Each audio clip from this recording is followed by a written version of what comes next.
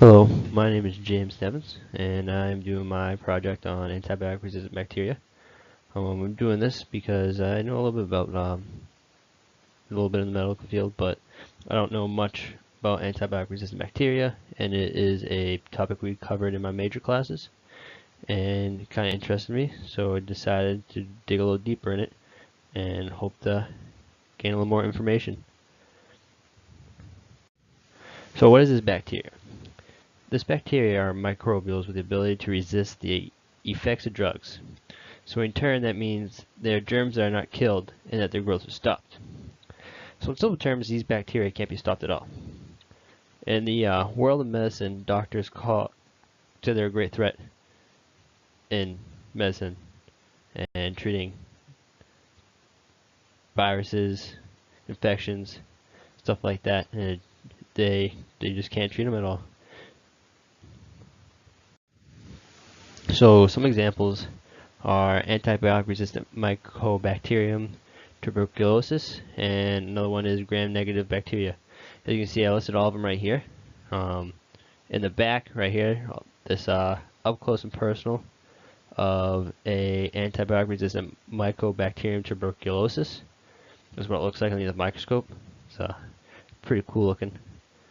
You can see all my references underneath look like this. And you can see them further on, and at the end of the slideshow, there will be a big bibliography page you can take a look at. So how could this happen? Some bacteria are already resistant to drugs based on history. So you have like HIV, got some like new bacteria that come out, Ebola, don't really have many cures for that.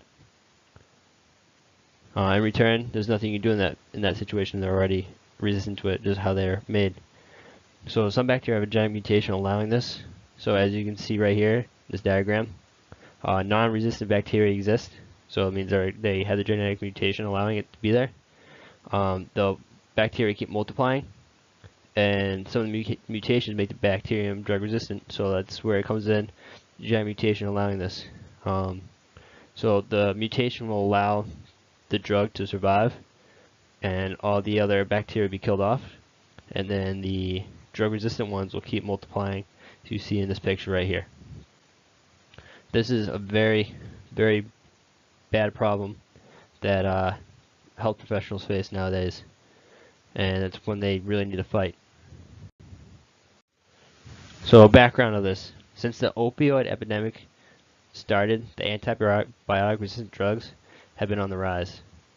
So this is due mostly to funding, because most labs and government agencies are focused on defeating the opioid epidemic.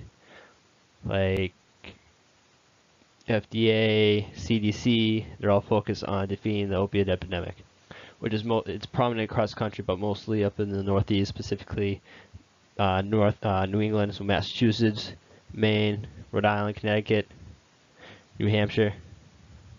And in return, most labs aren't researching cures for this, like I stated before, because they just not working out for them, and they don't have the funding to do it, nor would they want to do it. So problems. According to the FDA, one of the main problems is doctors prescribing too much antibiotics or prescribing the wrong kind. So there's a picture over here that describes, or it shows, the causes of antibiotic-resistant drugs. So you have overprescribed antibiotics, which is stated over here. Patients not finishing their treatment. So if they end up not finishing their treatment, they end up just getting immune to it. Overuse of antibiotics in livestock and fish farming. So it's like giving cows or fish antibiotics to kind of knock out the bacteria, but you keep giving them too much, the bacteria will get immune to it and mutate, so they can defeat that and just live inside the organism. Poor infection control in hospitals and clinics. Usually that happens when hospitals, clinics don't clean their surgical tools, won't clean their beds, and it kind of, which leads to the next one, there's a lack of hygiene and poor sanitation. So you gotta wash your hands, do the whole 9 yards, sing happy birthday when you wash your hands. So you gotta do that to prevent that stuff. lack of new antibiotics being developed. That's what I covered in the previous slides, which lead to the drugs, and they can't find any solutions to antibiotic-resistant drugs. And all this, the overprescribing antibiotics and poor infection control in hospitals and clinics, is also due to a large influx of patients doctors see every day. So to kind of cut down that influx, they kind of just keep prescribing antibiotics to whoever needs them. And later on in the slideshow, I'll cover why they're doing this and why it's bad. So antibiotics fight bacteria, not viruses. This references to the slide before. So this will not help the patient that has a virus. Doing this will allow the bacteria to become antibiotic resistant. So this diagram right here is kind of 5 questions you want to ask about your medications.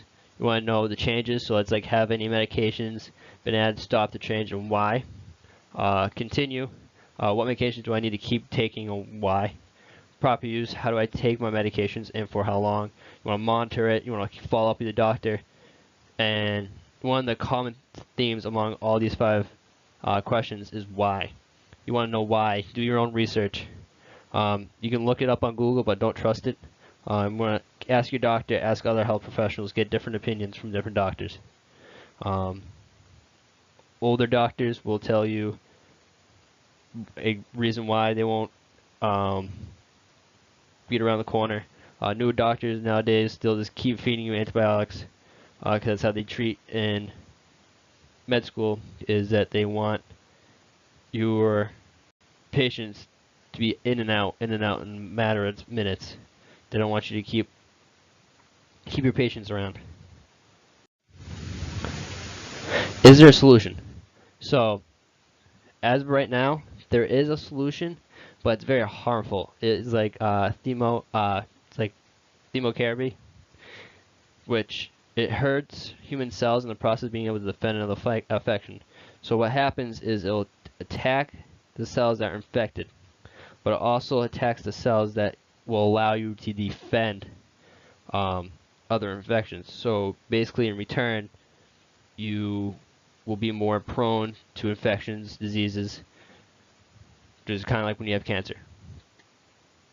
There hasn't been any progress in finding a better cure to this drug resistant. And usually, if a human is infected with this, it's usually a terminal disease unless found and treated early. On this note right here, doctors usually find them in students that are usually in high school. This is the reason because some students, when they're doing extracurricular activities at school like sports, some students won't shower after, or the school won't clean the locker room, which will allow bacteria to keep growing and growing and growing,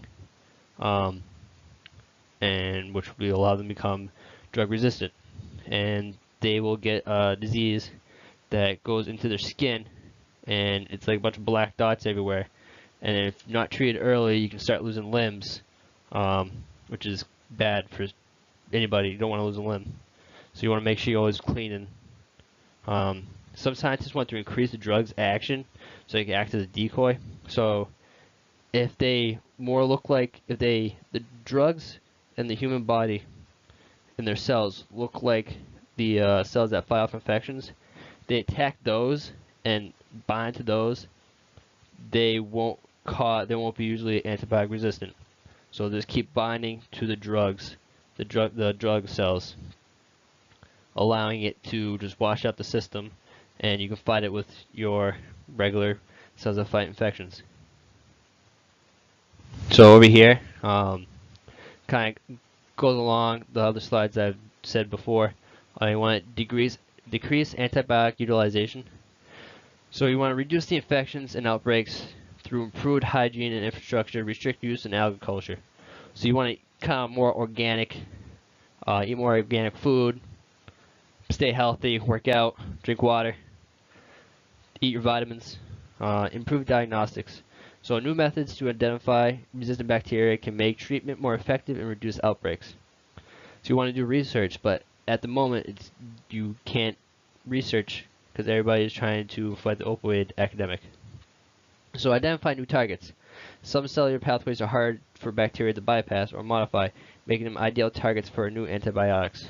So that goes along the lines of increasing the drug's action, so they can act as a cell that fights infections. Combination therapies. Traditional antibiotics can be combined with molecules that block resistant mechanisms. So combining drugs make them a lot stronger. Kind of what that falls underneath. So what's in store for the future? Once the opioid epidemic has been conquered or slowed down, they'll be researching on this issue. Some labs are currently researching to find a better and less harmful way of treating this ongoing issue. For this point right here, some labs are currently researching. It's usually the labs that don't have much funding and less staffed. So you might have a couple CDC or FDA researchers working on it, but they're focused on the opioid epidemic, Ebola, finding new up-and-coming diseases, and not focusing on this whatsoever.